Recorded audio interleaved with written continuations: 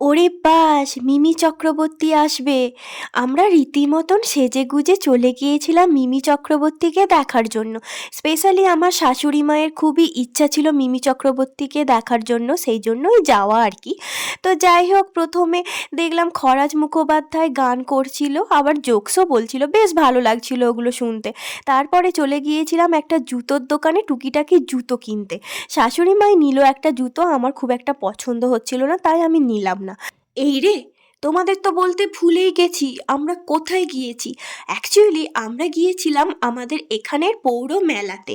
এখানে মিমি চক্রবর্তী আর খরাজ মুখোপাধ্যায় আসার কথা ছিল। তো প্রথমেই তো খরাজ মুখোপাধ্যায়ের গান শোনা হয়ে গিয়েছিল, তারপরে শো স্টপার চলে এসেছিল মিমি চক্রবর্তী। ওনার গান টান শুনে একটু খাবার দাবার নিয়ে বাড়ির দিকে রওনা দিয়ে দিয়েছিলাম। চলো ততক্ষণ আমরা বাড়ি গিয়ে খাওয়া দাওয়া করি, আর তোমরা চ্যানেলটা সাবস্ক্রাইব করে দিও। বাই।